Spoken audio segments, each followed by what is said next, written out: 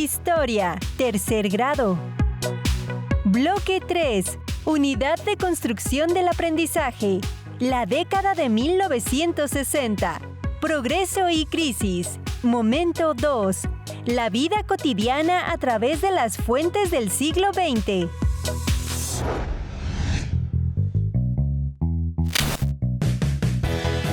El día 1 de septiembre de 1950, nacía la televisión y con ella una nueva era.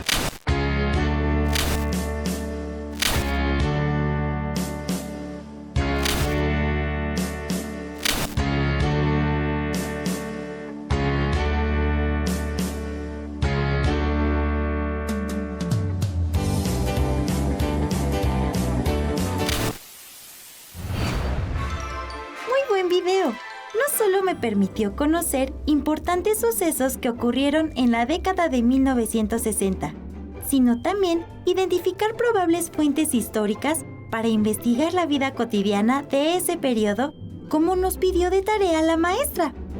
Al parecer, en la década de los 60 del siglo XX, los medios audiovisuales comenzaron a tener mayor auge.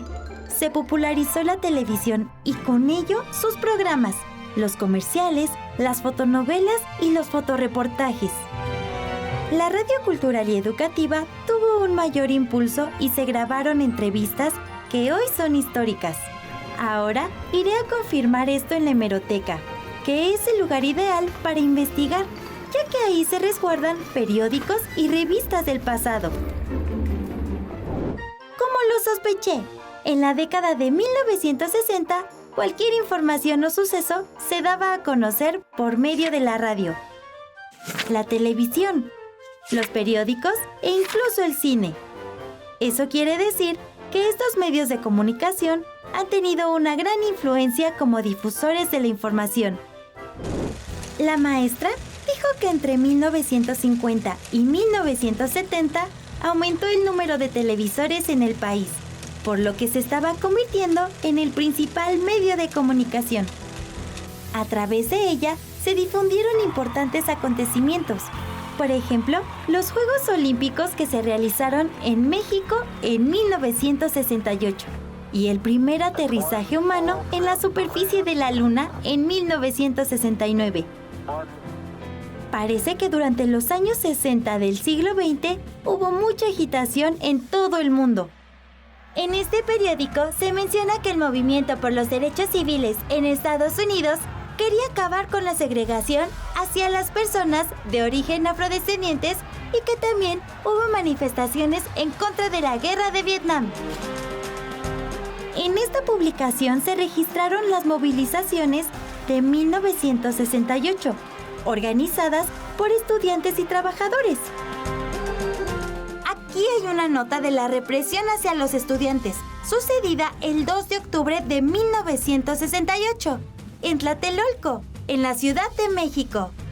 Mi abuela, quien participó en el movimiento estudiantil, siempre me ha dicho que en la televisión el tema se manejó como una situación de seguridad nacional y no como una lucha de los estudiantes en contra de la violencia policíaca.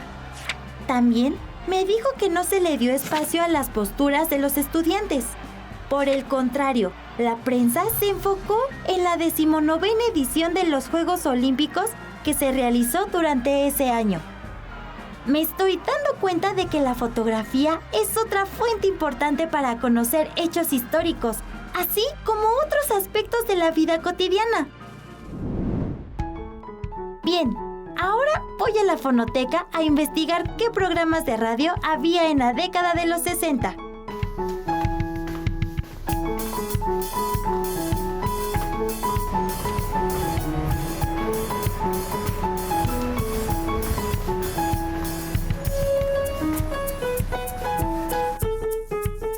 Me han recomendado escuchar un capítulo de la famosa radionovela Chucho el Roto. Chucho el Roto.